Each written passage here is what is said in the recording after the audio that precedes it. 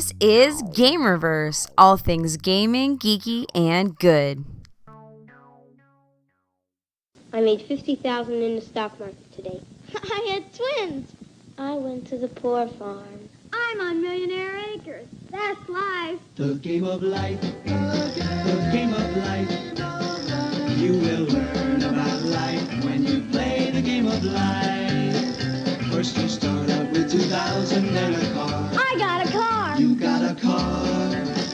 Then you may go straight to college just to get a lot of knowledge. Harvard. Or to business if you think you'll go as far. I'll be a star. You may go far. The game of life, the game of life. Pay me. I'll get revenge. You'll get revenge. I've got revenge. Got revenge.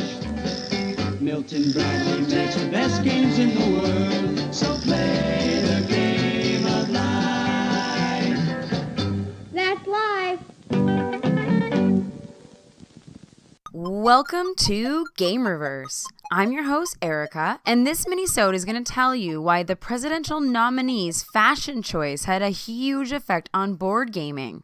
I think most people get their start in board gaming playing things like Monopoly, or maybe if your family was a little more diabolical, you might have tried to massacre each other in Risk. Maybe you have fond memories of sending people back to start, or filling cars full of kids in the game of life. Tabletop gaming has changed dramatically during its history, but it was a little known event that kind of kicked things off with North American game makers.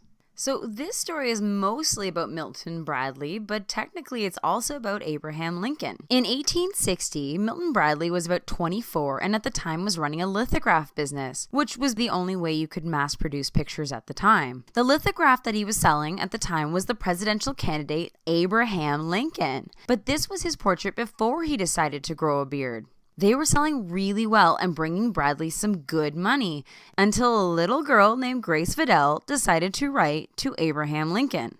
In her letter, she suggests that if he were to grow a beard, more people would vote for him. Now, I'm not necessarily saying that was the sole reason he did grow a beard, but it's kind of adorable. And Lincoln did in fact grow a beard right after that. And this beard became synonymous with Lincoln, who was getting a lot of attention at the time, which also meant his picture was starting to appear in newspapers. So all of the people who bought Bradley's lithograph images wanted their money back because it just wasn't the same. Lithographs are not cheap, so this almost ruined Bradley. And just to understand how well he took this event, he burned all the images that got returned.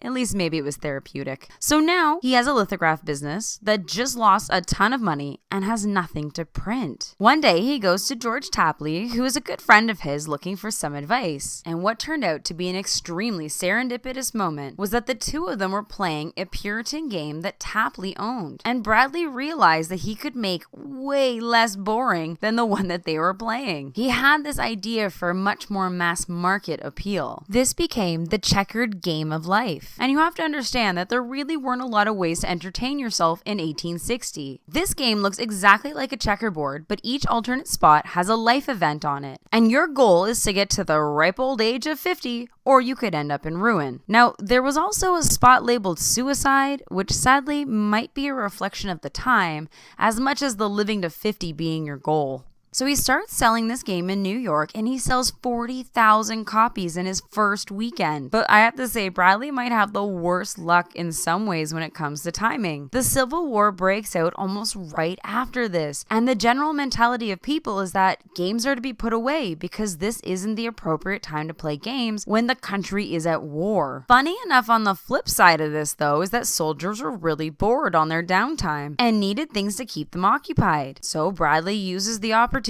He essentially creates the first travel-sized pocket game. You could play checkers or chess, and of course, since it's already set to a checkerboard pattern, the checkered game of life. Soldiers loved these games. When the war ended, people felt ready to play games again, and Bradley started madly printing out the checkered game of life. He did make a few other games during this time, but they really didn't become popular, which is why you've never really heard of them and why they're not around today. Though this did spur him to start the Milton Bradley Company, which went on to make Candyland, Guess Who, Battleship, Twister, and all kinds of family classics. Board games are still 18 by 18 inches traditionally because that was the size of cardboard that could fit inside the lithograph machine. It's so funny to think that none of this might have happened, and tabletop gaming might not have sprung up to be what it is today without Abraham Lincoln's beard and Milton Bradley's lithograph machine. Thank you for listening to this minisode about how Abraham Lincoln's beard had a lasting effect on board gaming. You can follow the Gamerverse Podcast on Twitter at GamerverseCast, and you can follow me personally, Erica, at Frenemy Games, and follow along with my tabletop game designing adventures. We'd love you to subscribe to us on iTunes, SoundCloud, or YouTube. And if you could leave us an iTunes review and show us a little love and help other fantastic geeks like yourself find the podcast. We also have an email address if you want to send any thoughts, inspirations, or ideas for future episodes. It's at thegamerversepodcast@gmail.com. If you'd like to support the podcast and help it keep going, we have a Patreon,